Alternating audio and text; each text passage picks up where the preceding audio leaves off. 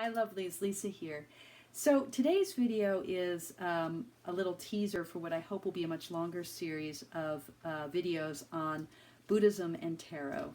And this is a series I've wanted to do for ages, just really hoping to get the kind of mental space and the wherewithal to put together this work. And that just hasn't happened yet. So rather than hold off until I can pull together the full-on full Monty, I decided to just get some thoughts out there today.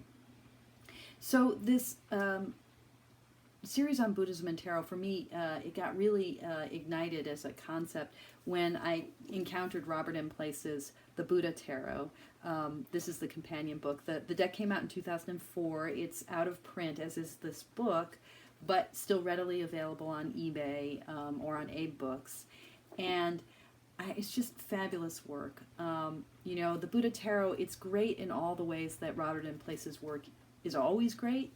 You know, he remains one of the, I think one of the most brilliant commentators and artists out there for the ways in which he's seeking these correspondences to between the kind of Hermetic and Neoplatonic roots of the esoteric tarot and other systems. So, whether it's through the Buddha Tarot, where he maps kind of that Hermeticism and Neoplatonism, that sort of notion of the hero's journey through ignorance to the apotheosis of the world. I can't remember how I began that sentence. But, he does that in the Buddha Tarot. Oh, he mapping it onto Vajrayana Buddhism. Or in something like the Vampire Tarot, completely different concept where, he's looking at the relationship between the system, the esoteric tarot as we know it in the West, and the imagery and iconography and mythology of the vampire as it's evolved, especially through the 19th and 20th centuries. Or something like the alchemical tarot or the Sevenfold Mystery, where he's really just showing through his art and his interpretations that very deep tie between the esoteric tarot and the history of Neoplatonism and Hermeticism in the West. This is work that he does so beautifully, mapping out these correspondences. And for me, that kind of comparative work, comparative religion, comparative mythology, it's just yum. It's so wonderful because it helps us get into these deep correspondences between ways of thinking and systems of thought. It expands our own horizons and it deepens our appreciation of any given card or deck of cards that we're working with. So I love this stuff. I love it so much that I found his email through his website and I said, Robert M. Place, I'm such a fan. Won't you please reissue the Buddha Tarot? I want to feature it in a video series. He wrote back. He was incredibly generous and kind and encouraging. So Robert M. Place, if you're watching this video, please know that it's still my intention to do the full-on series featuring your deck and the link between tarot and Buddhism. But for now, just this little nubbin, this little version. So at the heart for me, and this is sort of the bulk of what I want to say today, and then I want to look really briefly at three decks. At the heart for me of the link between Buddhism and tarot is this card and the notion of fortune, and the Wheel of Fortune as the symbol for that. So what's so powerful about Trump 10 is the way in which it articulates both a kind of beginningless, cyclical nature of reality. So nothing is ever the end, nothing is ever the beginning. What's up today will be down tomorrow. At the same time that it also articulates that there is an order, there is sequence. There is, for want of a better word, karma, that cause gives rise to effect, and it does so in ways that we can understand. It's not just mystery, right? So, in Buddhism, you might talk about the Buddha's Four Noble Truths and the idea that, there is suffering, and suffering is caused by something that we can study. We can study the way in which our own greed, our own grasping, our own aversion, our own hatred, our own efforts to overcome impermanence through holding on really tightly or shoving away really forcefully, how those mechanisms of greed and aversion, hatred and desire, how that creates suffering. It's caused. We can study it. It's rational. It's not shrouded in mystery. So that sense that there is both a kind of randomness, chance, luck, fortune, but also profound order. That fundamental concept is at the heart both, I think, of the esoteric tarot and the whole notion of divination and Buddhism. So I'm fascinated with, I'm fascinated here with Pixie's imagery, with the Waite Smith version of this, where the word tarot itself is also embedded in not only Torah or law, but rota for wheel. That this reminder that there's this deep law, Torah, that kind of governs the cyclical, recurring, repetitive movement of human life, of human free will. Our will is free, and yet it's also constrained by the law of cause and effect, by the law of fortune, by the wheel itself. So, in Robert M. Place's Buddha Tarot, Trump 10 gives us the Buddhist version of the wheel, which is the wheel of life. And the wheel of life, if you see the snake and the rooster and the pig, so, the three poisons in Buddhism, so the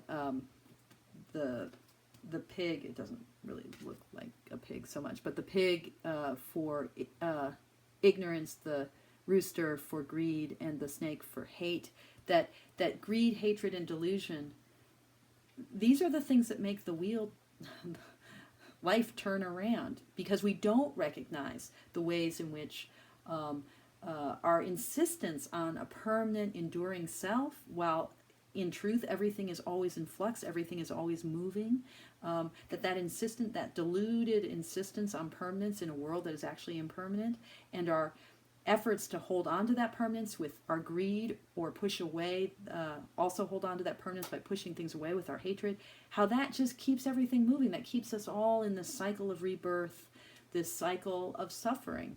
So, the Buddhist wheel of fortune, it's not ruled by the gods, it's not ruled by Fortuna, it's ruled by this very notion of our karma. So, Robert M. Place's deck, the Buddha Tarot, goes through the imagery that vision of reality sparks in Vajrayana Buddhism, the Buddhism of Tantric Buddhism, of Tibetan Buddhism. But another deck that also explores this, and does so with a kind of similarly Eastern flavor, is a deck that I've just recently gotten to know, the Ukiyoe Tarot. This came out in I believe 83, and it's still in print. I have a vintage version. Actually, I have two vintage versions that I got from eBay. You know me and my vintage decks. 1983. It comes with a really chunky, meaty little white book. Sorry, let's see if I can get that. There we go. Little white book that has a long discussion of the Ukiyo-e tradition. The Ukiyo-e artists of the 17th century in Japan, 17th and 18th century, I think, they were depicting a world. The Ukiyo-e means sort of art of the floating world, and they're depicting the floating world is a Buddhist inflected notion of the world of impermanence, and so they, in very beautiful and stylized ways, depict a world of impermanence and all the highs and lows of this sort of world of courtiers and courtesans, the rising middle class of Japan in the Edo period, in the period of the shoguns. so the 1600s. You know, the period where kabuki theater rises. This is a beautiful deck, and you know this deck was when it was published by Stuart Kaplan, commissioned by him, and the artist behind it is this Japanese artist Koji Furata. It was published by Angel, that Japanese card company, Angel Publishing, in Japan, and the cardstock is just delicious and delightful, and it's just a beautiful deck in all sorts of ways. It's a pippish deck, which Robert Place's deck is as well, and the suits have, so this is wands, but see the club up in the corner there, so the suits, in addition to wands and swords and cups and discs, these pentacles, they also feature the French suit, what's the word, symbols of club, spade, heart, and diamond. So wands or clubs. Just to give an example of the way in which that kind of ukiyo-e tradition is interpreted here. So if you look at something like, the Four of Swords. So see how it's pippish, but it has the pine needles illustrating it. And then if you look in the little white book, what the artist points out is that, you know, pines are a symbol of, sorry, I need my glasses, my very beautiful glasses here. One moment. We're getting there. Okay. A peaceful stream meanders among pines. A peaceful stream, sorry, the lighting.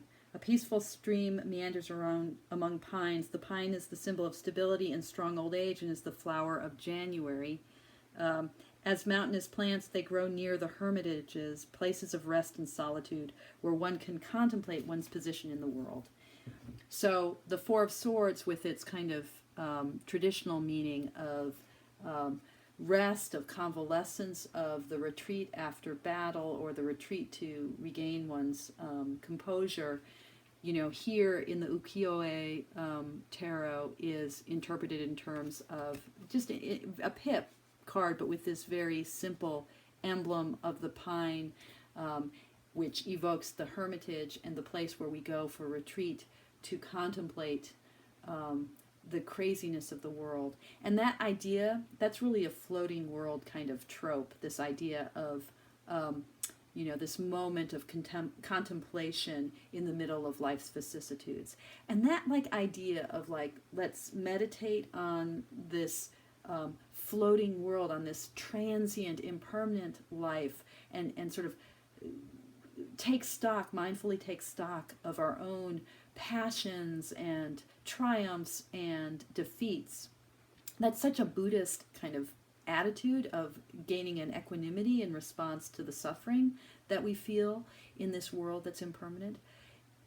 It's also so deeply a kind of tarot theme, the way in which we use the tarot deck precisely to help us recognize the patterns of life's vicissitudes so that we can gain a kind of equanimity and balance.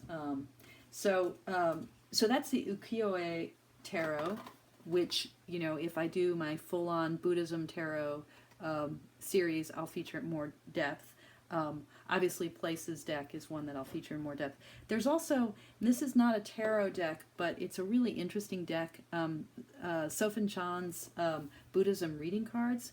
Now, what she's done in this deck of, how many cards is it? Yeah, it's a really small deck of 36, just 36 cards, is she's taken traditional themes in Buddhism and mapped it onto 3 different sections of cards, and then encourages sort of either just doing a single draw. So these 4 cards symbolize the 4 noble truths I was talking about a second ago, and then she has these 12, what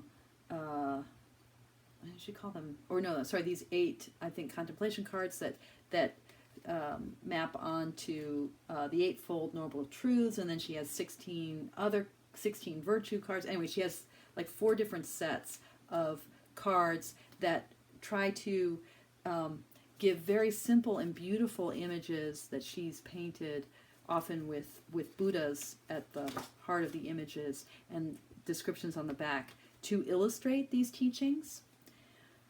Cardstock is really nice and really, these are, I mean, they're lovely oracle cards. I have sort of looked at these cards but not worked with them as divinations. I haven't tried to do any readings with them.